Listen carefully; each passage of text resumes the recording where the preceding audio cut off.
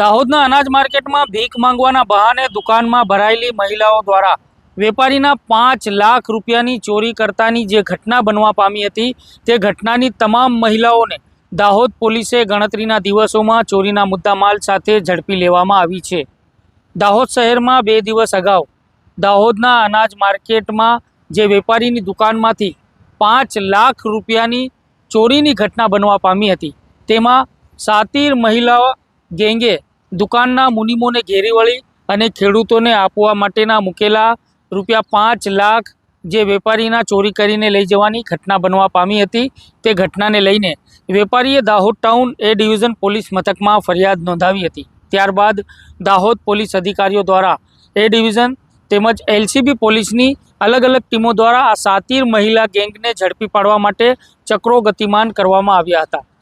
અને પોલીસની ટીમોએ શહેરમાં લાગેલા નેત્રમ તેમજ ખાનગી સીસીટીવી કેમેરા ખંગોળી અને આ ચોર ટોળકીને ઝડપી પાડવામાં સફળતા મળી છે। જેમાં પોલીસના જણાવ્યા અનુસાર આ ચોર ટોળકી અહીંયાથી 5 લાખ રૂપિયાની ચોરી કરી અને સફેદ કલરની ટાટા સફારી જે ગાડીનો નંબર છે MH02 BT 5550 નંબરની ગાડીમાં બેસી મધ્યપ્રદેશના અલીરાજપુર તરફ ગયા હતા અને ટેકનિકલ એનાલિસિસ થકી આ તમામ આરોપીઓને ટ્રેક કરતા તેઓ પરત અમદાવાદ ઇન્દોર હાઈવેનો ઉપયોગ કરી દાહોદ તરફ આવતા ખંગેલા બોર્ડર તરફ વોચ ગોઠવી ચેકપોસ્ટ પરથી આ સફેદ કલરની ગાડીને રોકાવતા તેમાં આ તમામ મહિલાઓ હતી, જેને સીસીટીવીના વિડીયોના આધારે તેમની પોલીસ દ્વારા ઓળખ કરવામાં આવી હતી। આ તમામ મહિલાઓ મળી આવતા જેમની પાસેથી પોલીસને ચોરીમાં ગયેલા રોકડા 5 લાખ રૂપિયા પણ રિકવર કરવામાં આવ્યા હતા અને એક મોબાઈલ અને સાથે જ જે ચોરીમાં ઉપયોગમાં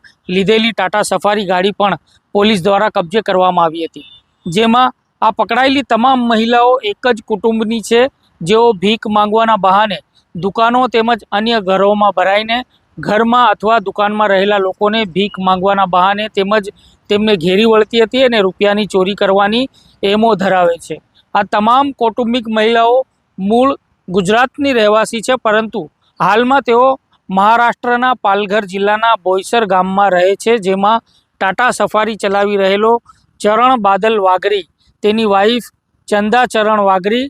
બીજી સંગીતા બાદલ વાઘરી, અમૃતા બાદલ વાઘરી, કોયલ બાદલ વાઘરી, સોના યુવરાજ વાઘરી અને નીતા વિક્કી પવાર, આ તમામ આરોપીઓનો ગુનાહિત ઇતિહાસ રહેલો છે। ત્યારે હજુ પણ દાહોદ પોલીસ તેમની ઝીણવટભરી તપાસ કરી રહી છે અને આગળ પણ આવી ચોરીની ઘટનાઓને તેઓએ અંજામ આપ્યો છે કે નહીં તે વિશે પણ પોલીસ દ્વારા તપાસ ચલાવવામાં